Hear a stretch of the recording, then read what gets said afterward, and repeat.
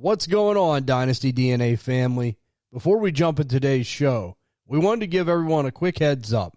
This NFC East division breakdown was recorded live at the 2026 Fantasy Football Expo. It was such great conversation that we decided to split it into two parts rather than cut out any of the content. We wanted to bring you the full experience from the Expo, including all the debates, analysis, and live energy that made this show a special episode. As always, thank you for supporting the Dynasty DNA Network. Make sure you subscribe so you don't miss part 2 tomorrow on Friday. And if you're enjoying the content, leave us a 5-star review and share the show with your Dynasty League mates and friends.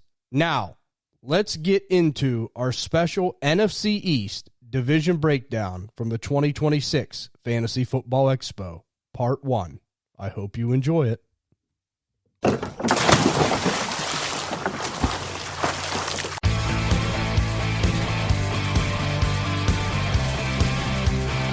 Welcome to the Dynasty DNA Deep Dive on the Dynasty DNA Podcasting Network, where we talk players, teams, everything Dynasty Fantasy Football, and everything NFL. So listen in with us and let's talk some Dynasty Fantasy Football. And here's your host, TJ Blake.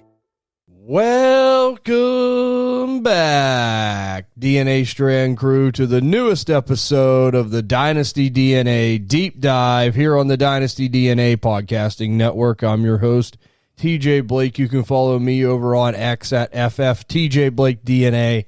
Something a little special today for the Dynasty DNA Deep Dive, ladies and gentlemen, because we are live here at the Fantasy Football Expo, and I'm joined by a couple new people to be joining me and Bob here for the Dynasty DNA Deep Dive in honor of the trip to the Expo. First off, we're joined by the From Whistle to Whistle and Dynasty After Dark co-host of mine, Ty Blake. You can follow him over on X at Dynasty DNA Ty. Ty, at the Fantasy Football Expo, you ready to talk the NFC East? Yeah, let's do it. I'm excited. All right, we got Ty on board, and we're also joined by that guy that we call the Dynasty DNA Propaganda Minister, Justin Tessier, better known as Tessierja. Tessierja, how's the Expo been? You ready to be on this NFC East talk here today? The Expo has been great so far, and I'm ready to break down this polarizing division. A lot of things to talk about with these teams. No doubt about it. And last but not least, he is number one in your programs and hearts. It's Big Culture Bob Helfert. You can follow him over on X at Big E Fat Bob. Bob, another year at the Expo. We got a couple people live here with us. You excited to do the show today? Well, I'm trying to put this into the right words, right? Number one, it's exciting to be here, but TJ rolled us out of bed at like 8 o'clock in the morning, and I mean, for even being an early riser, this is early after staying up till midnight, so I double down on Ty's enthusiasm of, yes, I'm excited. I'm slave driving you guys this morning, but okay, we got a big, busy schedule, so we can only fit in so much, but let's just get into it, right? NFC East division breakdown. We're going to start with the New York Giants, Bob.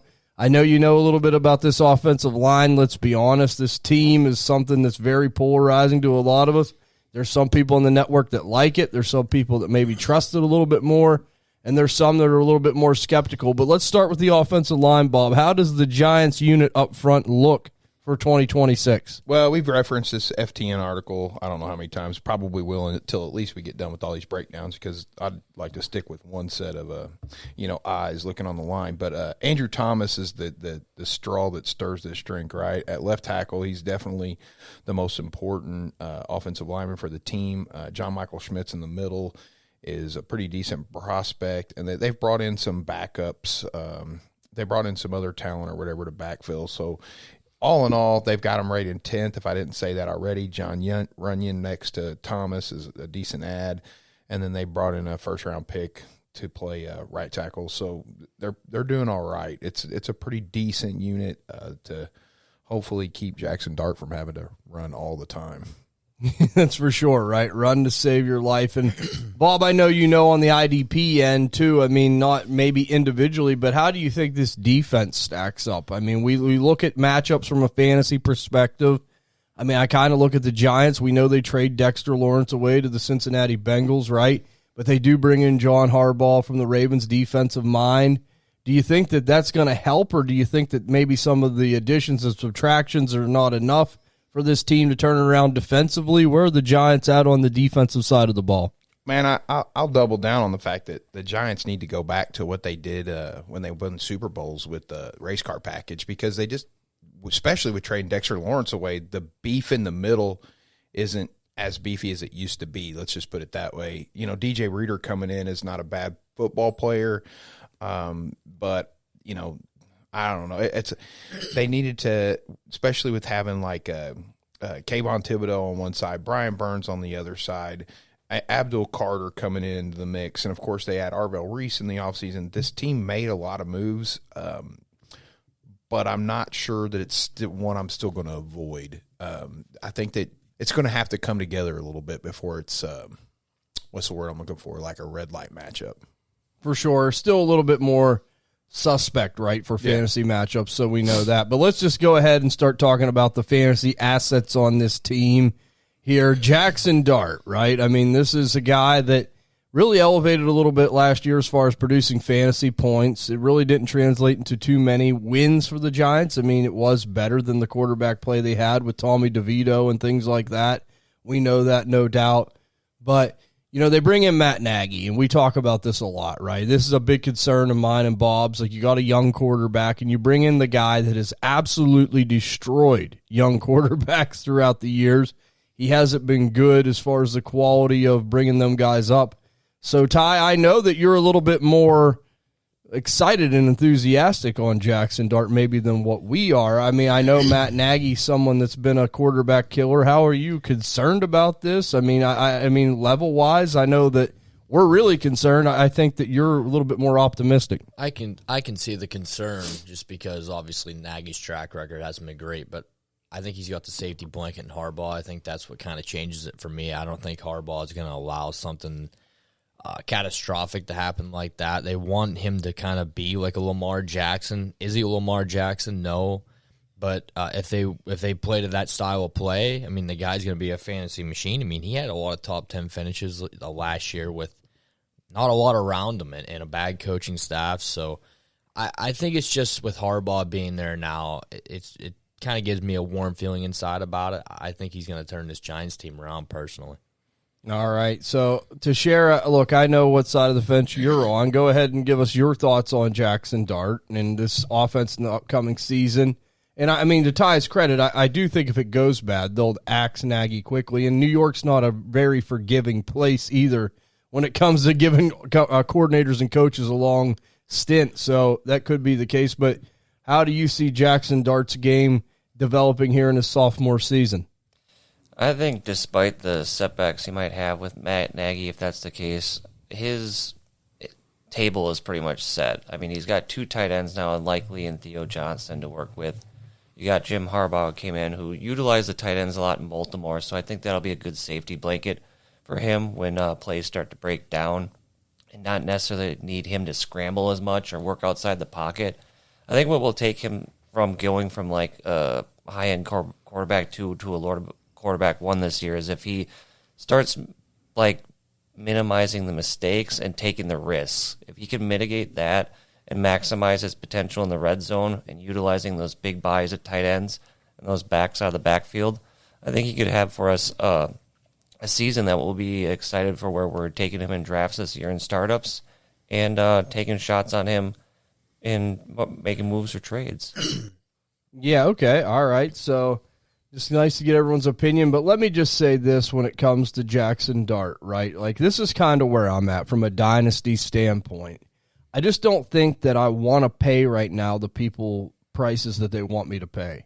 You know, like, I mean, it's just through the roof. I mean, okay, if he actually proves it to us this year that he can get over this Matt Nagy hump and he can be a productive quarterback in this system, or just as far as overall play, I'd be willing to pay a little bit more later, right? I mean, like, if that's what it takes just for me to believe it, I'd be more inclined to pay more later than to get burned now and pay the prices that people want to pay. Because, I mean, let's be honest, it's steep, right? I mean, like, this guy is someone that's got a lot of juice as far as the dynasty community goes, and, you know, we didn't see a lot of it, right? I mean, like, there was some games, to Ty's credit, like, we seen some good performances, but you got to be careful. You could get burned on that. But, I mean, it's the risk of dynasty. I understand it. But I just look at everything, the whole world picture. It's like I don't think I could take the risk with that player, right? I just think he's kind of in the value tier of like a Bo Nix or a Jalen Hurts, those type of guys. Right. I mean, and just, I don't know. I mean, where would you put him? I mean, tier guy. Would you rather have Bo Nix?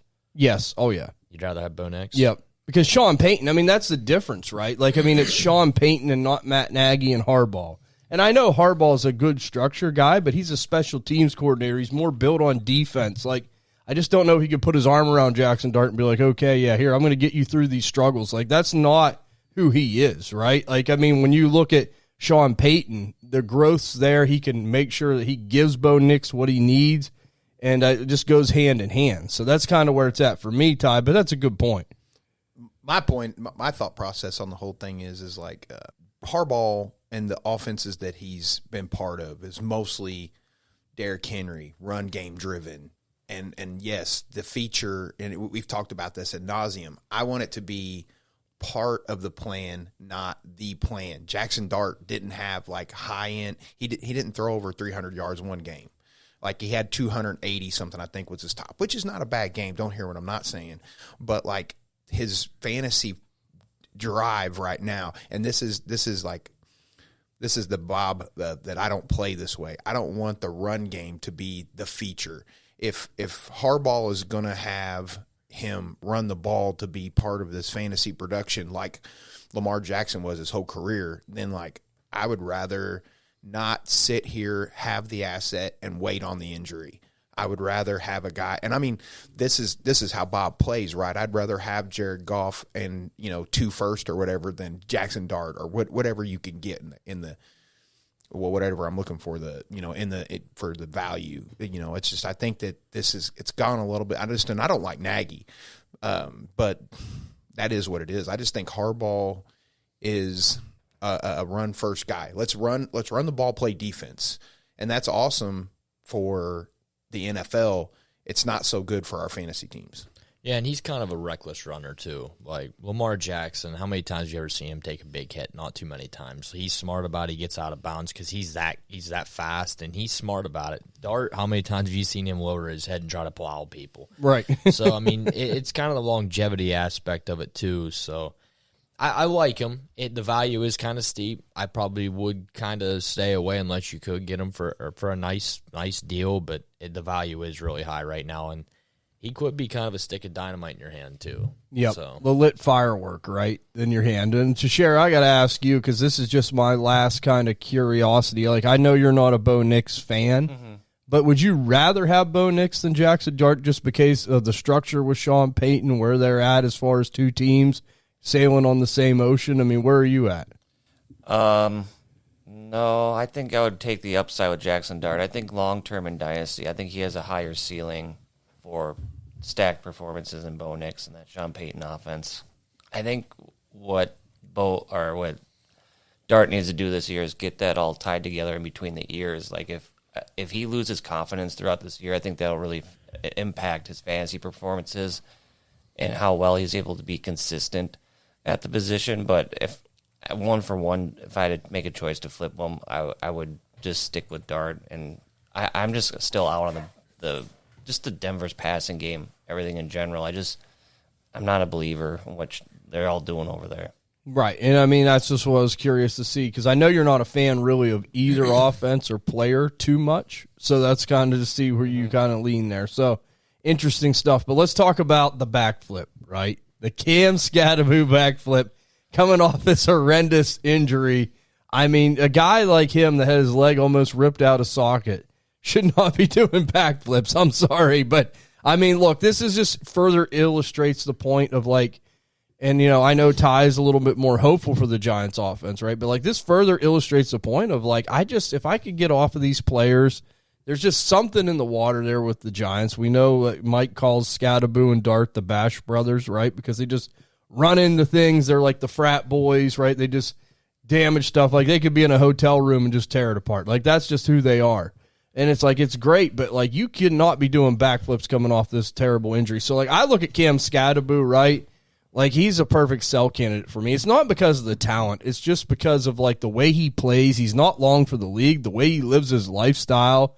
I'm selling Cam Scatterboo if I can, Bob. I know I don't have to threaten you with a good time. I know you like selling running backs, but I think this one in general is just a ticking time bomb. Yeah, like you were talking about trash in a hotel room, and I'm like, I can just imagine face paint and crown wrappers all over the place, and beer being in shoes. I mean, I don't know, but whatever. Like, I mean, I know Ty's a big Derrick Henry guy, and Derrick Henry putting all that money that he does into his body on a yearly basis to make sure that he's got longevity in the league. And then we got Cam Scatterboo, who's like he's playing with dynamite every time he does an appearance anywhere. It's like I'm gonna drink beer from a boot. You know what I mean? Like, you could get sick. You know what I mean? I'm like, I'm whatever. I mean, it's the off season. Do you, boo? But like, whatever.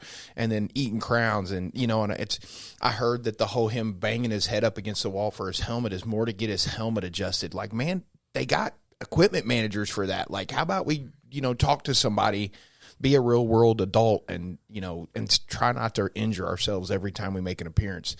But he's a prototypical guy that I'm like, I'm glad I drafted him if I drafted him in the rookie draft, because the hype is so high right now. I could sell the piss out of it and just be tickled pink with getting the value that I get out of it.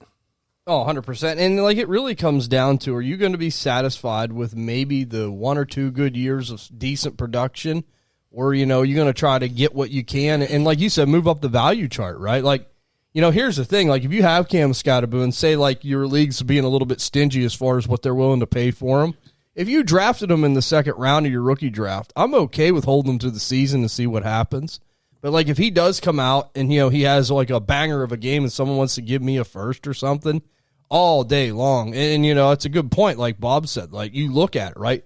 Derrick Henry, the longevity, what you have to do to maintain yourself. This guy's going in the total opposite direction.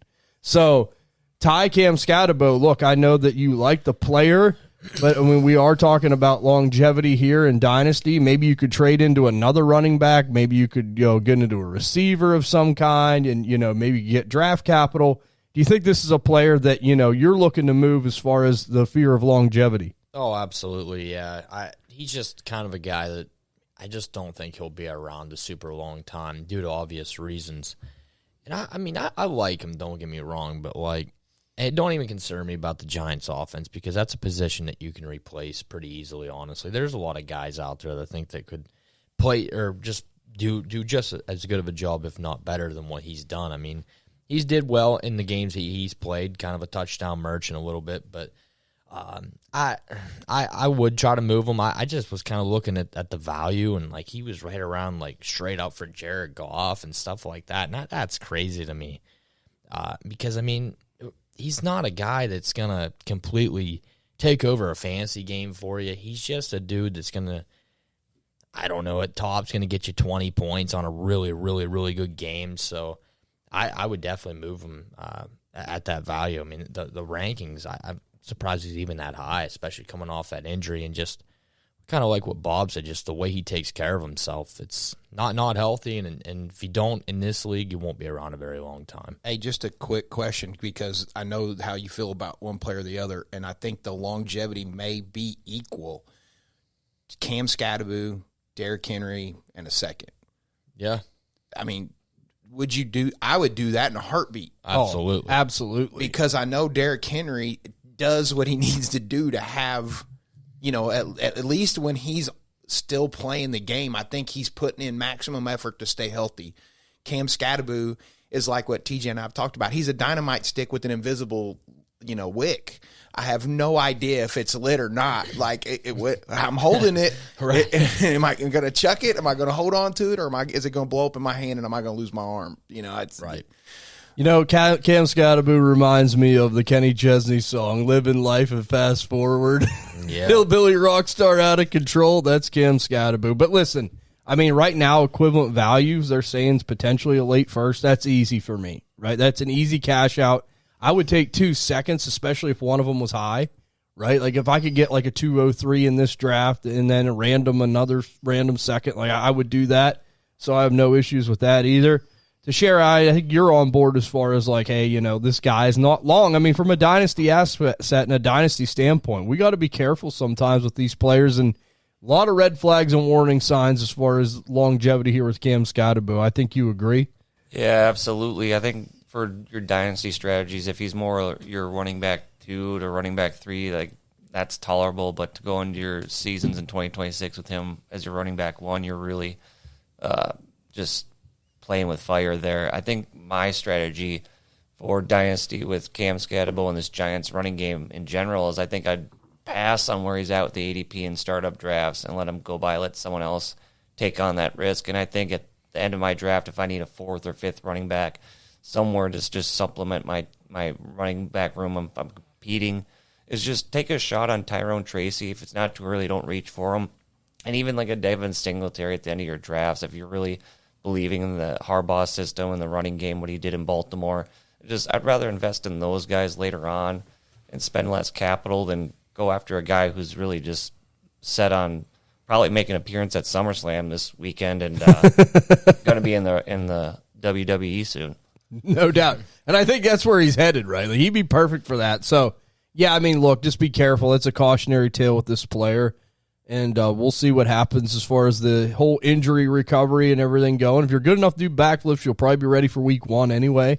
We'll see how it goes. But, all right, let's talk about Malik Nabers. And we don't got to spend a lot of time on this because, let's be honest, I mean, as far as a player in a dynasty asset, this guy's still got a lot of juice. I mean, he's top 5, 7 type of dynasty asset at the receiver position.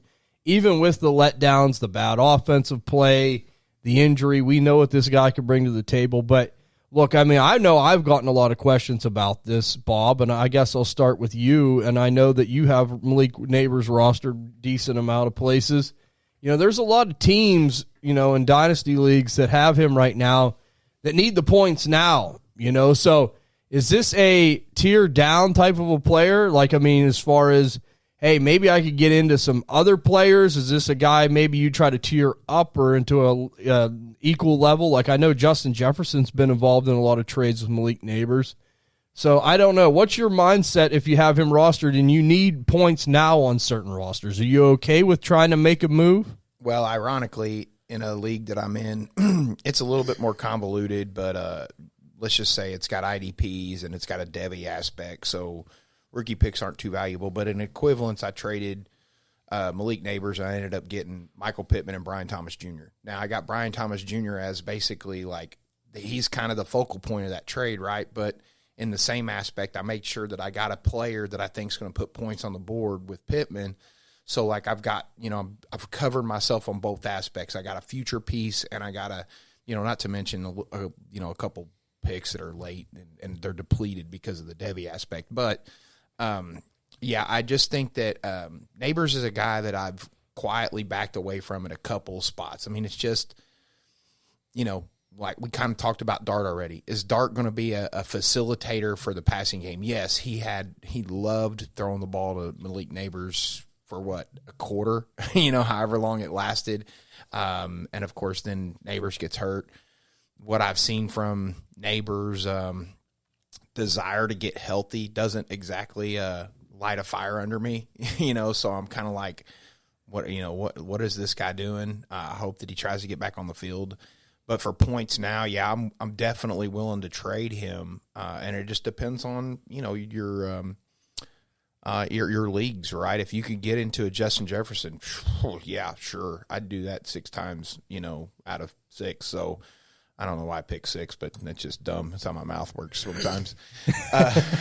But legitimately, like I would move him. Yeah, and I have in a couple leagues. Like it hurts my heart because I think the guy's uber talented.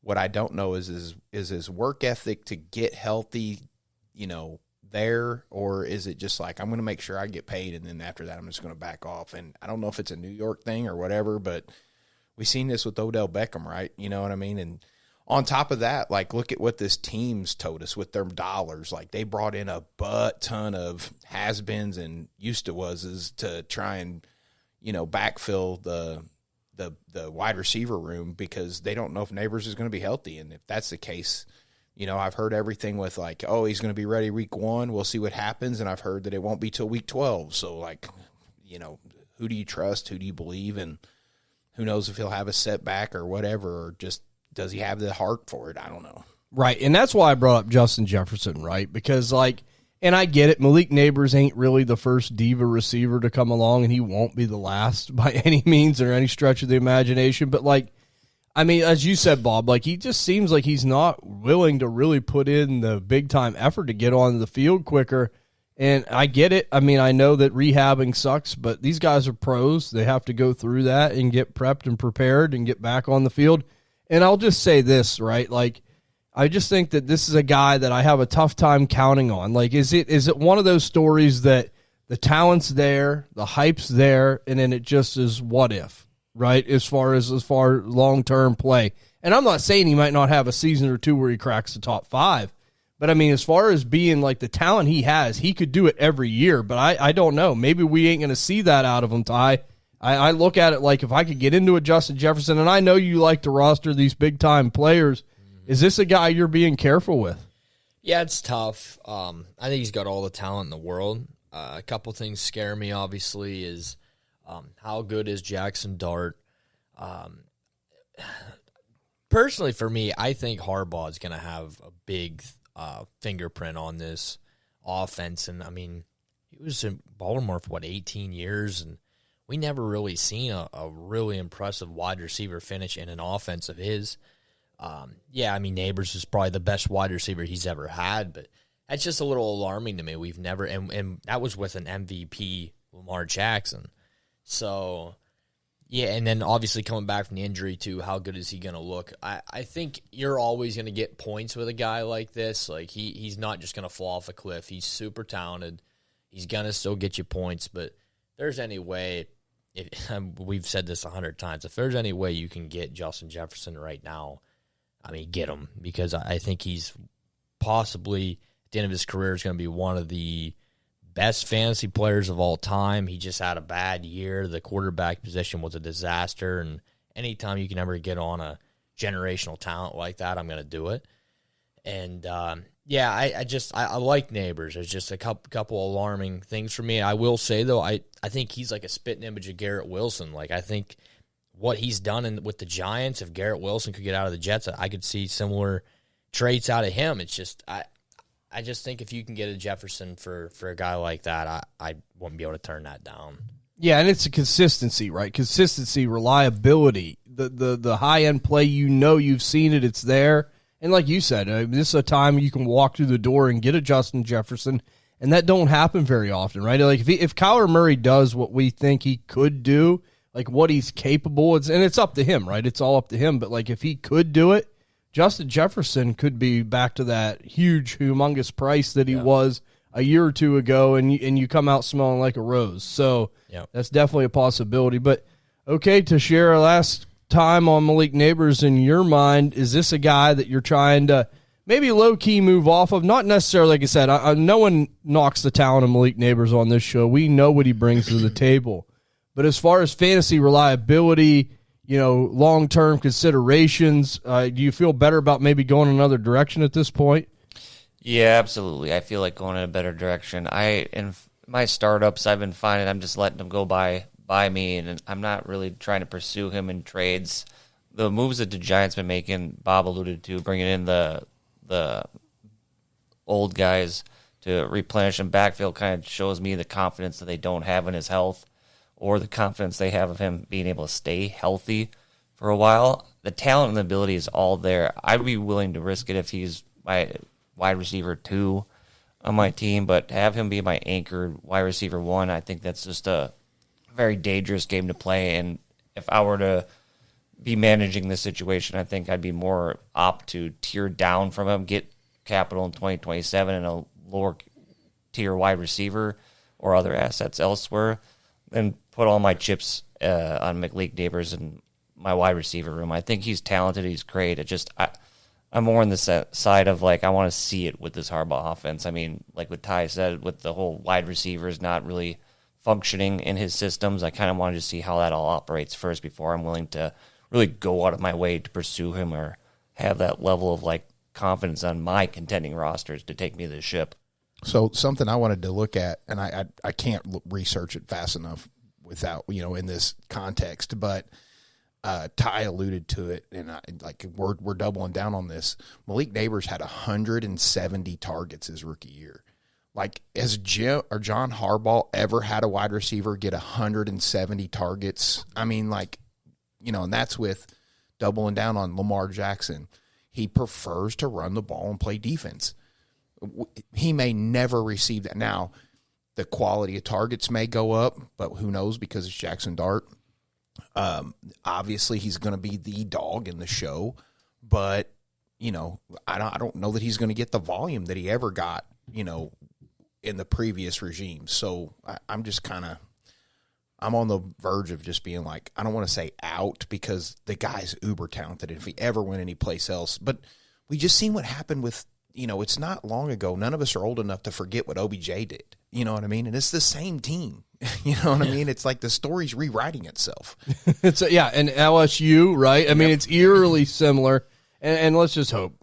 Yeah, and I'll just say, too, if you try to contact the Jefferson owner and you can't get, I think another name to pivot to is CeeDee Lamb. I think his value right now is way too low. So I think that's another guy right around the same value to go after, personally, for me. Agreed. And everyone talks about the Pickens thing, and we know Pickens is talented, but he could be out of there anytime. Yeah. I mean, with the way his attitude is and the way things are and the way Jerry is, it's a good point, Ty, because we know what CeeDee Lamb's capable of as well. So it's another good target, I think, on the low end. Things if somehow, some way, right, you could come away with a CeeDee Lamb and a Jalen McMillan and maybe another throw-in player, a small throw-in player for, Malik Nabers. I think that's a great deal, right? I mean, you get the 2-for-1, someone high upside like Jalen McMillan that we all kind of like.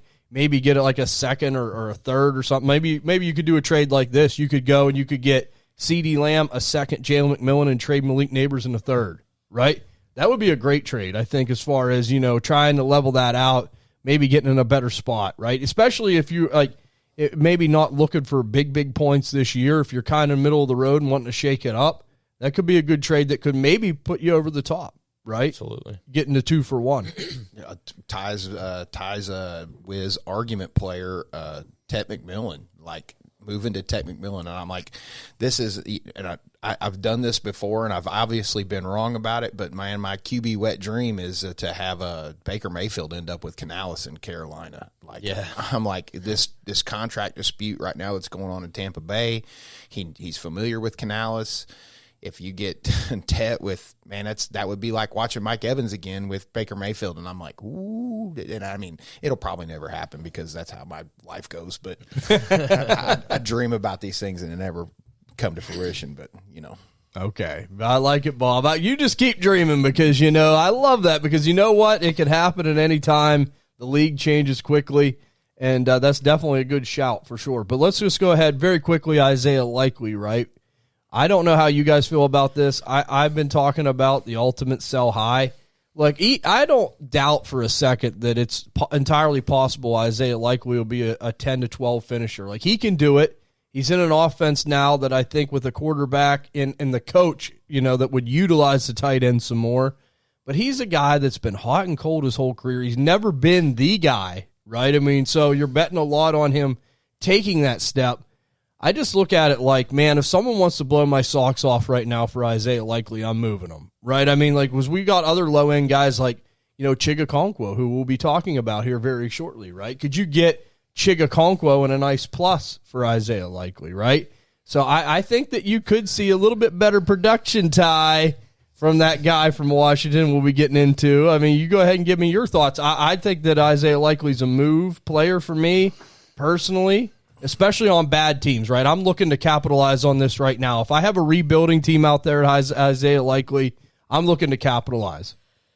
Yeah, I just think that, whenever you talk about he's never been the guy, it's because he's actually never been the guy, playing behind Mark Andrews, who's been so reliable for Baltimore for a long time. I like it. I don't think his value's too high. I think he's kind of a sneaky grab. I think he's got all the talent in the world. Now he's rejoining Harbaugh. He's definitely going to be the tight end one there, and I think that he's going to get a lot of volume just based on, I think, him and Harbaugh kind of got that comfortable relationship. He's going to kind of lean on him a little bit. I like the guy. I think he's uber talented. I think he's athletic. He does drop some balls. He's got to clean that up, absolutely. But I think that now there's really no one standing in his way. I'm not saying he's going to be a tight end, like a top 5 tight end, but I wouldn't be surprised if he gets into the top 10 on the back end, like a 8, 9, 10. We've seen what was his name, Bellinger, do really well with the Giants. So I wouldn't be surprised. Like I said, if he's a 8, 9, 10 guy, I think he's going to be super talented. He's super talented, and I just hope he can actually put it on the field. And they don't have a leash on the guy; just let him roll. Let's see what we have. But I don't think his value is too high. I mean, what do you think people are paying right now? Mid-second? I mean, I would say that probably a second for sure because it's all kind of random right now. I mean, where it ends up. But, I think that's probably – but, if you have him, right, I wouldn't take that. I want more because of the hype machine, right? That's what I said. I'd be more inclined to be like, okay, give me Chigakonkwo in a second, right? Give me another play, like Jalen McMillan in a second. I'm going to take one of them guys that I kind of have hope for that maybe I believe can break out a little bit and then get the draft pick on top of it. It's just tough, though, because you go into the season. I know it's an if, but if you go in the season, he comes out and has a couple nice games, that goes right up to a back end first, in my opinion. Oh, yeah. It's definitely possible because we've seen Jake Ferguson elevate into that kind of value during the season. I know what you're saying, Ty. So, but yes, you're taking a risk. Yeah. But I'm just saying, that's the minimum I would take right now. If it's just 1 second, I'm not doing. I got to get a player or something with it. That's the only way I would consider it. Right. So that's a good point though on your part. Tessierja, Isaiah Likely, in, out, forever hold your peace. I would be out. I think I would do your sort of strategy and modify it in the sense of get what I can out of him now, because when he was with Baltimore too, even with Mark Andrews there, his value really caved out once Mark Andrews came back. He really couldn't get anything for him. If you want to play both sides of the fence, you give it a week or two, maybe early into the season, he has some stacked big games, get out of that, maximize capital in 2027, or upgrade at a position elsewhere, or flip a tight end that you're more confident in or have more inclination to be better for your roster. And with that, if you're still thinking, personally, I'm not just throwing Theo Johnson away. Before Dart was hurt, he had a real connection with Theo Johnson. They had a lot of good brief success, and I don't think it's just going to ultimately go away now that the arrival of Isaiah Likely is in town. I think there's still some value there, and for the prices you'd have to pay if he's not on waivers, he could be a throw-in a package deal elsewhere, and you might get, obviously not the same production as Isaiah Likely at the beginning of the year, but throughout the year, it might be just enough to backfill your tight end room that you could be okay with it for your teams.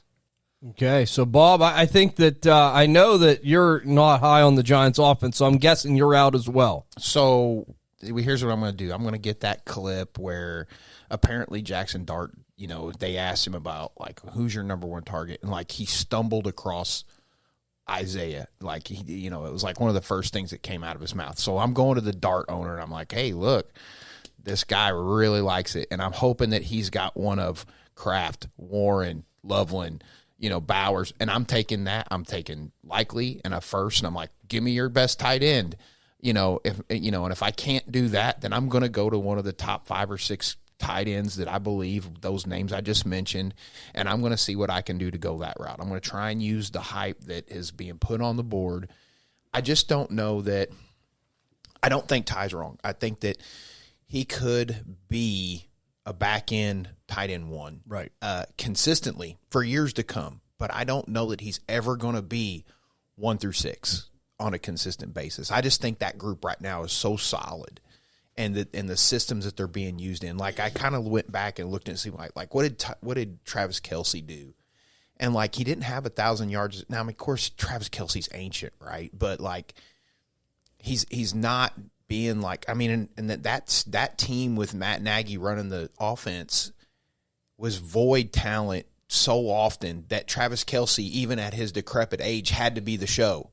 You know what I mean? So this is not going to happen, I don't think, with Jim or John Harbaugh in this offense. I mean, there's still Malik Nabers there, so there's going to be this competition. Now, if Isaiah likely ends up being the only dog in the show, then we might have something to argue about. You know, like he may be creeping into that 5 to 6 to 7 range, you know what I mean? But, like, until I see that, I mean, it's been a long time since Mark Andrews has been the tight end that we're excited about with John Harbaugh's offense. So it's like I would rather pony up than back down. But I do not disagree with, I think we're going to get into Chig. I really do think Chig may be the guy that ends up being in the 7 to 8 range real quick with that offense. But I don't think he's even going to break that top 6 and so on and so forth. But I think that's if you could get Chig in a second, oh yeah, do it now. But if you can't, then I would just hold out or try and go up the ladder instead of down the ladder. Right, and I like that, Bob, right? Different perspective. And, honestly, you're definitely right. This tight end position, and that's what I said to open it up, right? Like, if it likely finishes 7 to, 12, I would not be shocked, right? I would not be shocked at all. And, if you trade him away, you think you might get burnt. Well, it just depends on what you get back, and that's what we talked about, right? Taking the risk of holding on, seeing what happens, or, trying to get the package you like now, and maybe it works out. But you got to really go with your gut as far as which way you want to go, and I think a trade would be fine. And as you said, not a difference maker, right? Like, a nice flex start maybe. Like we talk about flexing tight ends sometimes when you need to, but as far as being your tight end 1, I don't think you could count on that. So I'm in agreement. So, okay, let's go over to the overall record, Bob, of the New York Giants. Division finish, playoffs, yes or no? How does it go in Big Blue? I'm out on the Giants making the playoffs, and a record, oh man, they got to at least win 6 games. So let's just go with 6-11. I haven't looked at their schedule wholeheartedly, mainly because this is a team I just don't believe in, but that's where I'm at. 4th in the division. 4th in the division, 6-11 for the New York Giants. Ty, I'll come to you next. Overall finish for the New York Giants, playoffs, yes or no, and what's their record going to be? Yeah, I just looked up. They have the 17th toughest schedule. They got a young team, new coach. I'd probably say I think they'll probably finish 8-9. Okay. And I think they're going to finish 3rd in the division. All right, so 3rd in division, 8-9, Ty says. So a little improvement. John Harbaugh, first year there, getting them close back to 500. Tessierja, overall finish for Giants, record, division finish. Where does it shake out for you? I got them finishing 7-10, 3rd in the division, and no playoffs. I like what I've seen of John Harbaugh and what he's done with those Ravens teams. I think he'll get the guys going enough to make them competitive, but in a division that's so stacked, it's just going to be hard to separate to get into that 1 or that 2 spot. But I think there'll be overall good things that come from this team that we can look forward to in the 2027 season. But this year, it's just going to be tough sledding a little bit. I'm in agreement with the 7 wins, right? I think that's where I'm going to put them. I will put them 4th in the division, but I think that, this division overall is going to improve a little bit. So, 7 wins.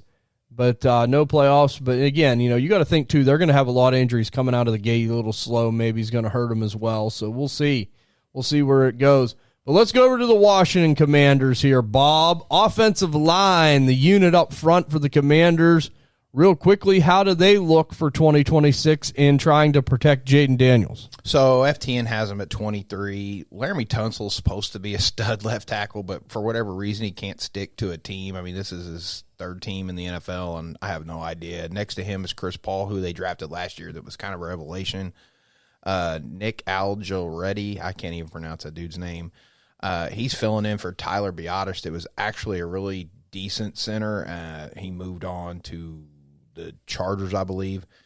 Sammy Cosme is a stud guard that needs to be healthy, but he got hurt at the end of the playoff run that they had 2 years ago, and I think he'll be stepping back into the lineup, so that should be a big addition. And, of course, Josh Connerly, they drafted last year.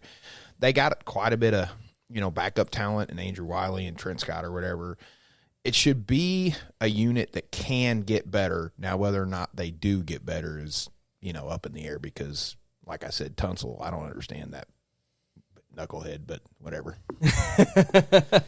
It all started with the draft with the weed mask, right? If everyone remembers that. That was the Laramie Tunsil story that we'll never forget. But as you said, Bob, right, coming up a little bit flat historically. I mean, a guy that a lot of people had faith in just hasn't really worked out as him being elite. But let's go ahead and talk about the defense for the Commanders very quickly, Bob. Is this a unit that, is going to be able to hold its own, or is it going to be more of a fantasy-friendly matchup again? Because, look, we know Quinn, the head coach there, is a defensive guy. You think he's got something going, or you think they're still a little bit destitute? Well, I think that they are absolutely throwing darts at the dartboard here, right? So I hope that it comes together for the team, but it's going to still be up in the air, right? So Daron Payne has just been there, and he's kind of the straw. And, of course, they draft Sonny Styles or whatever to – freshen up the linebacker core, and they bring in Leo Chenal. They've supplanted two of their pass rushers or whatever. They bring in Odafe Owe and Caleb Chason, which I think that they overpaid Chason, but that is what it is. Nick Cross is a stud in the back. I think that it's going to be better than what it was last year, but I'm not. I want to see 2 or 3 games to know whether or not I'm going to avoid this team at all. You know what I mean? Even come close to avoiding it, because last year I think you could just start anybody against Washington and be okay. And I think this year is going to be a little bit better. Maybe it could end up being a lot better, but I'm not 100% sure on that yet. Yeah, might have to wait for the first few weeks to kind of see how everything comes into place. And we talk start-sits. I mean, we kind of see a trend and pattern. We talk about that a lot, right? Usually by week 4 or 5, you can start picking up on things pretty good. But, all right, let's go ahead and talk about Jayden Daniels, Ty's favorite quarterback in this division for the Washington Commanders. Yeah, right. Let's go ahead, Ty. Let's hear about Jayden Daniels. I mean, look, what's your biggest concerns when it comes to Jayden Daniels? Obviously staying healthy, that's kind of the big thing. I mean, that's even been since college. I mean, the guy just, he's another one. He's just reckless with his body. Like, if you want to play the game that way, that's great, but you got to be smart. And if this guy isn't smart soon, I don't know how long he's going to last, because, I mean, Jaxson Dart takes some hits, but, like, this guy takes some shots, and he's not near as big as Jaxson Dart, I don't think, size-wise. I mean, Jayden, yeah, well, he is 6'4". He just doesn't look that big. But he just, I don't know. I mean, the guy just is so reckless, and I don't trust his arm. He has thrown a really nice ball, don't get me wrong, but I just haven't been a fan of him coming out of college, and his rookie season really did impress me, but we've seen this before. Personally, to me, I think the book's out on him. I think people have figured him out. He did not look good at all last year, which the team didn't look good at all. They haven't brought anybody in the receiving core that's overly impressed me. Their big offseason addition was Chigakonkwo, which, I mean, I like Okonkwo, but, I mean, if that's your biggest offseason addition for a team that was, in Jayden Daniels' rookie season in the NFC Championship game, I think they were, they haven't really brought in anything to help the guy either, so I'm out on Jayden Daniels. I have been since day one. Was really surprised with his rookie season, as I've said before, but has really come back to earth, kind of like what I thought he would be coming in. His value's still really high. I'm moving him. If I would try to get Drake May, I'd throw in some plus with Jayden Daniels, get Drake May. I'd take Caleb Williams over him in a heartbeat. I think they're kind of 1A, 1B in the value rankings. So, yeah, personally, for me, he's a guy I'm getting away from. I don't like the player. I don't like the organization. I don't trust them either. So, yeah, I've always said I'm out on Jayden Daniels. I've never been a buyer, and I never will be, personally. And he never will be, personally. And let me just say, right, I also like the tier down options here, right? And look, I tend to agree with you just because, like, I'm never not against selling a player for high prices, and he's someone that can fetch high prices, right? I mean, it just depends. I mean, there's probably some people that are disillusioned after what happened last season, but as you said, right, you go the May or the Caleb route, that's fine. You want to go that direction. You want to tier down into, like, a Jordan Love or, one of these guys and a nice plus on top of it, like a 27 first, and, like that. I mean, you got options. Let's just say that with Jayden Daniels, and that's what I want to say to the listeners that have him rostered out there. Like, it's very tough sometimes when you got these players where you're handcuffed and you can't do nothing with them, right? You got to be careful. I know what Ty's saying because, look, I mean, you look at everything. The team has not done much around him. Guys have been banged up. He does get injured a lot. I mean, historically, we know that. Running quarterbacks, we talk about all of them, whether it's Jaxson Dart, Lamar Jackson. How long are they for the league, right? We know that, too, in the back of our mind. So, I mean, look, if you want to move them, now's a good time. The value's good enough. And, hey, if you can go up or down that chain, I don't have a problem with it. Yeah. Bob, I don't know what you thought. What's your thoughts, Bob, on Jayden Daniels as far as, you know, if you wanted to move him, I think now is a good time because let's just say theoretically, Bob, if he does have another year where he's hurt, let's say have bad play and it just isn't going good. I mean, look at C.J. Stroud. The value can fall out quickly, and the value's still pretty good right now on a guy like Jayden Daniels. So to double down on what Ty said, this is a guy that me and my buddy Caden, we were back and forth. Like once he got drafted, right, I was just like, man, I really hope that he can find some way to stay healthy. He just takes too many shots in college, and it's a different game, and I really didn't think that it would work out. And, of course, you know, freshman, you know, his rookie season or whatever, he goes to the NFC Championship. So, you know, it's like egg on my face. But I'm also kind of like, to double down again on what Ty said, Ty, I think, laid this out perfectly other than a few things. And, I mean, my rebuttals, but whatever. I do think that he's right. They didn't add enough. You know, I would have loved to have seen them draft a wide receiver, but the offensive line's got to get fixed. One thing I really think that I'm kind of excited about is I don't know what to expect from David Blau as an offensive coordinator, but I also know that Cliff Kingsbury couldn't do it with a lot of people. You know what I mean? Like, he's been kind of this failure coach so far. I think Kingsbury's ceiling is probably, you know, college head coach. You know what I mean? He does not need to be an NFL coordinator. Maybe a passing game, you know, whatever. Maybe he's a scheme guy and not a play caller guy. I don't know what the case is, but I think that might be addition by subtraction.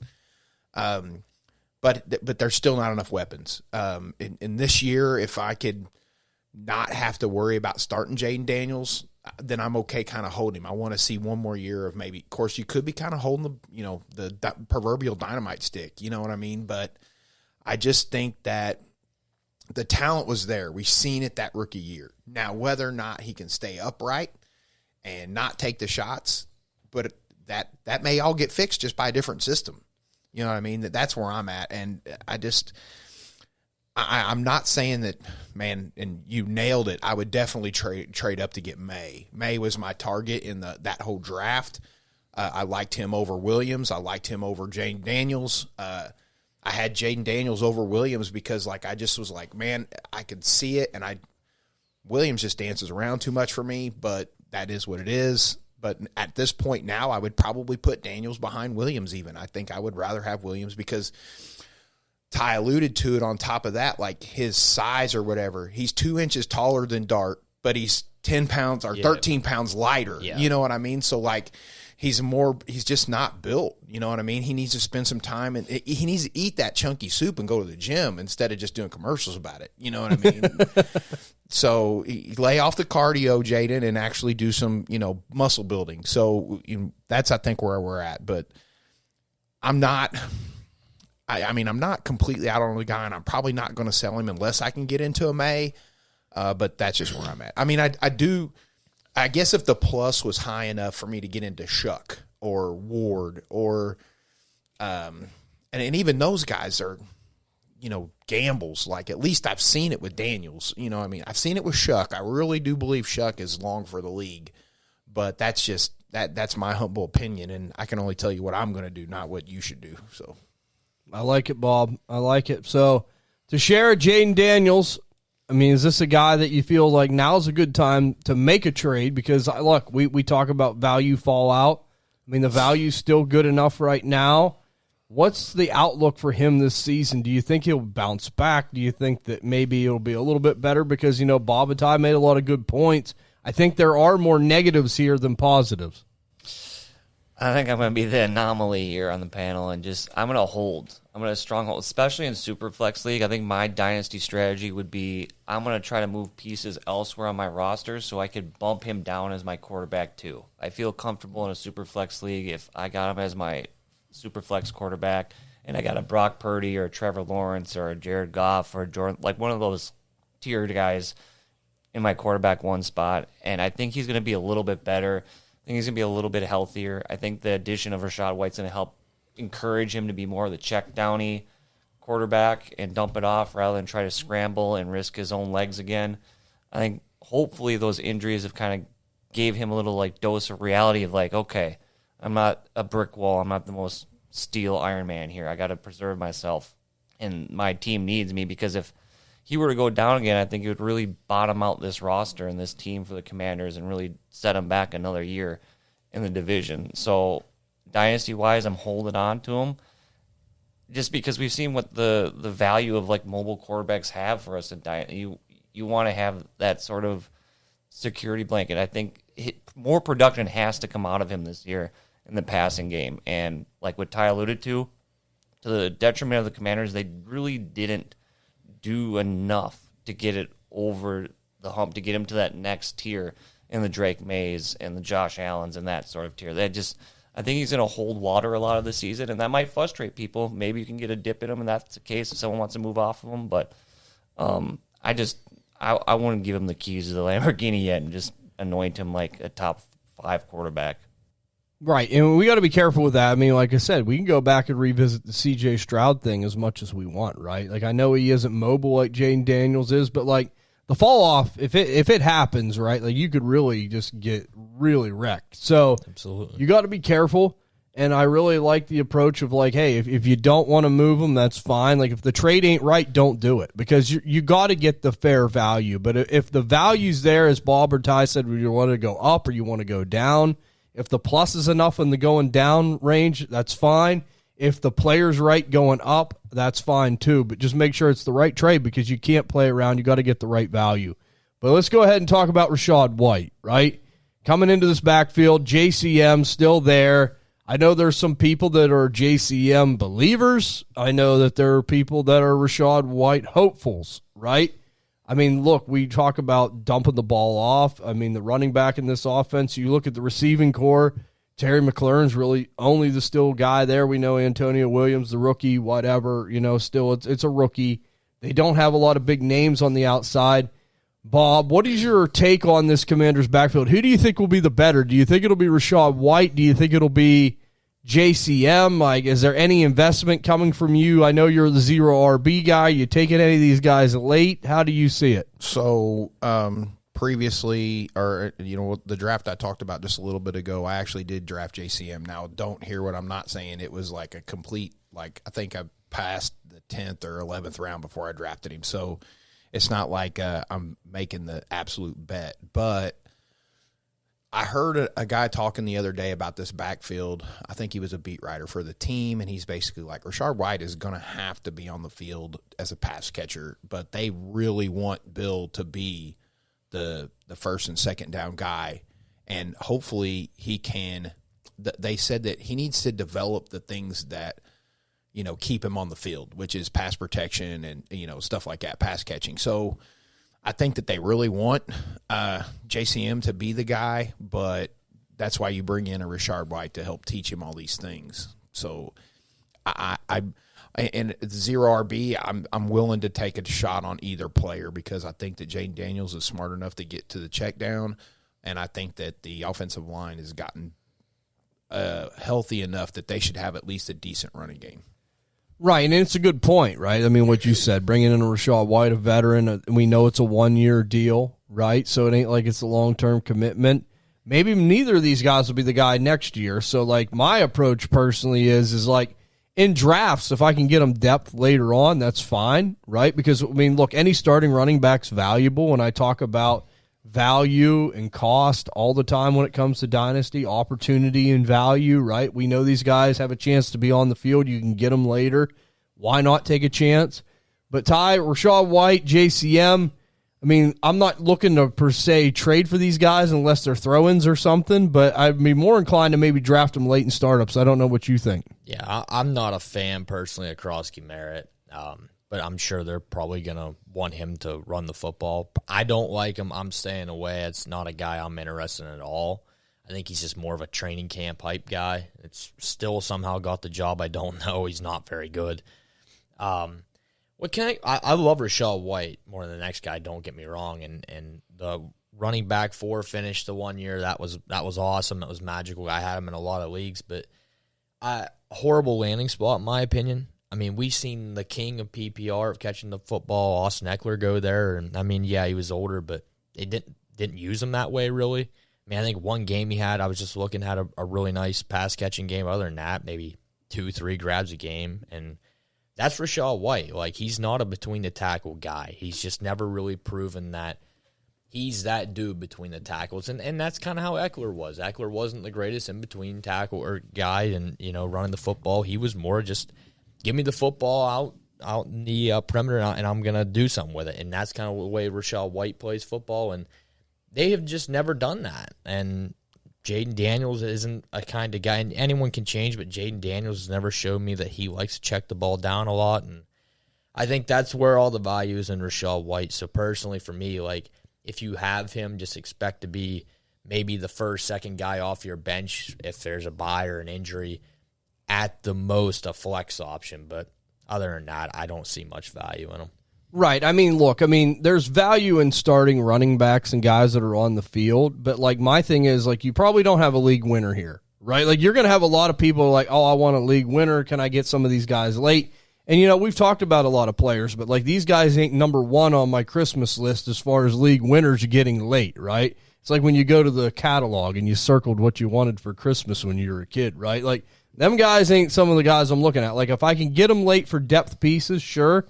But as far as, like, my expectations, I'm keeping them level, right? Yeah. No doubt about it. So, Tessierja, Rachaad White, JCM, Bob, is basically saying JCM's probably going to get the running work from what he's hearing. Ty tends to agree. Rachaad White going to be more of the passing guy.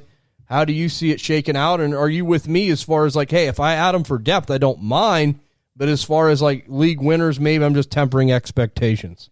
Absolutely. Like, you and Ty both nailed it. This whole backfield is more or less, if you're a contending roster, they're fill-in guys. There's nobody you're trying to depend in week to week, and if you got injuries, you can throw them in there. But I think the Commanders have all but shown their hand in the last couple of years. Is they're not really, like, known for having a dominator in the backfield recently, and we can't really just conceive to just expect those sort of, like, top-end numbers coming out of the running game. You got a running quarterback.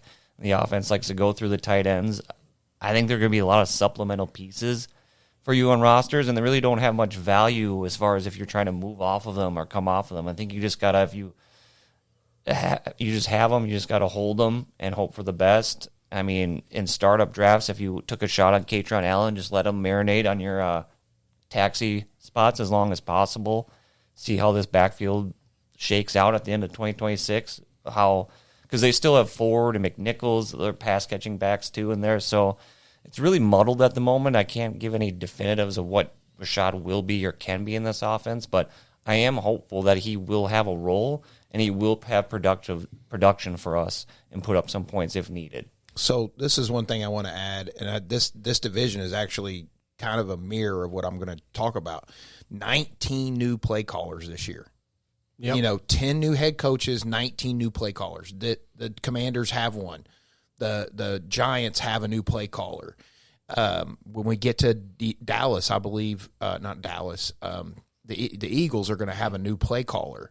So I would temper expectations no matter what team you're talking about. If they got a new play caller, we can't go by what Jayden Daniels has done the last 2 years because he hasn't been in this offense. Now, does that mean that a Leopard's going to change his stripe and all of a sudden he's going to be the check down artist? No, but that also doesn't mean that it won't happen. So I'm not saying that, hey, the Washington Commanders to the moon because they got a new play caller, because it's not proven. We have no idea.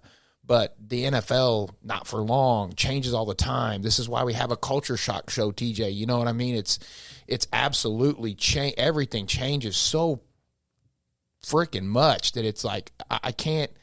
It's hard for us to wrap our heads around it. Now, obviously, we look at the tape, and none of us heard of Bill Cross or Ja'Cory Krosky-Merritt really probably before the draft come along, right? It was like, who's this dude? He come 7th round draft pick, and obviously what we've seen with Rachaad White, we know what his talent level is, and the expectations that he's not going to be neither one of these guys are going to be league winners, but they could be very valuable depth depending on how deep your leagues are too. So that's just, I wanted to add that because 19 new play callers, and that's kind of real close to the average. I think it's something like 16 a year. So it's like, we never know what to expect until like week 4 rolls around, and it's like, okay, now we got to go make adjustments. Right, and that's what I always say during start sits and other things like that, right? When you get to week 4 or 5, then maybe you could start to panic. But like we see as dynasty players, fantasy football players in general, a lot of people panic early in the season, and you can't do that, right? It takes time for things to develop and mesh together, and as far as strings and patterns, we see it all the time, but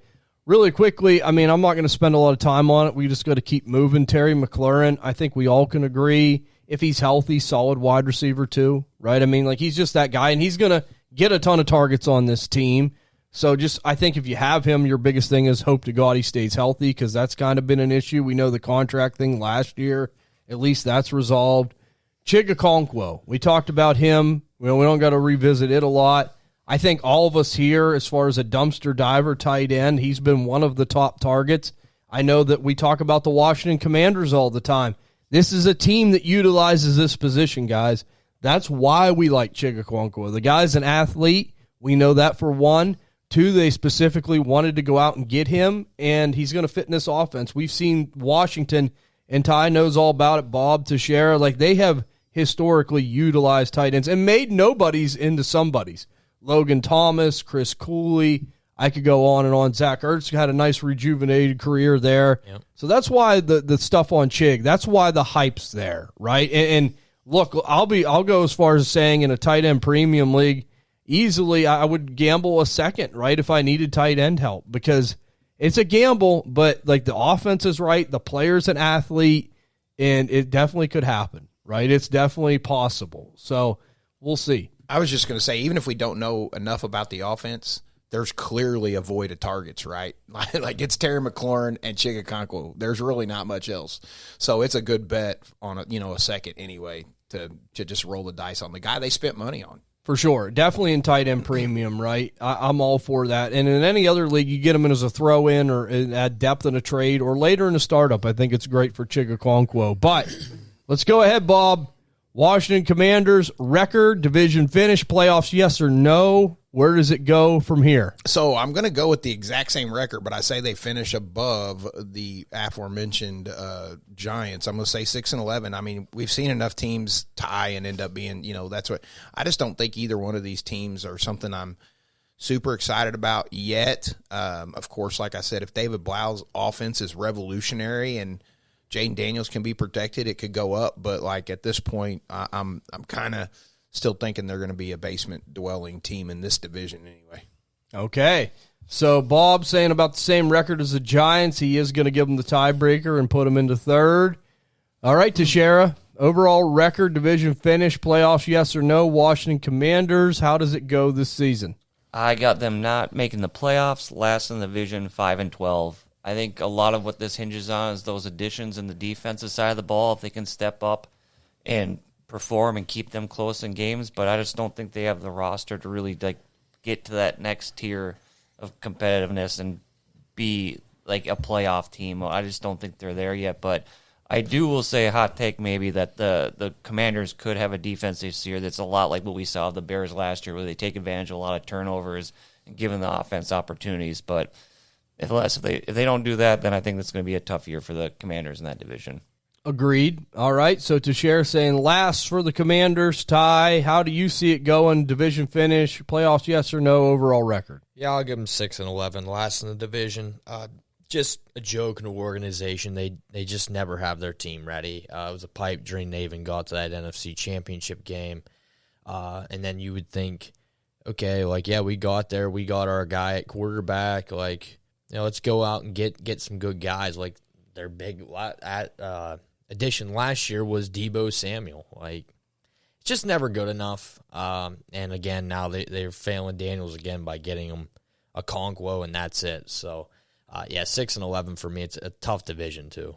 Right, for sure. I agree. That's the exact same record I have last, right? Just barely finishing behind the Giants. I think the moral of the story is I think it's going to be close between them two teams, but the Giants are trying to build up. And like you said, the Commanders, I'm like you, the general manager needs fired, personally. Sure. I mean, I think that's the biggest, like, I'm not one of them people that are proponent of going out and say, fire this guy, fire that guy, but, like, I just have not liked their last couple off seasons. I don't like the additions they made.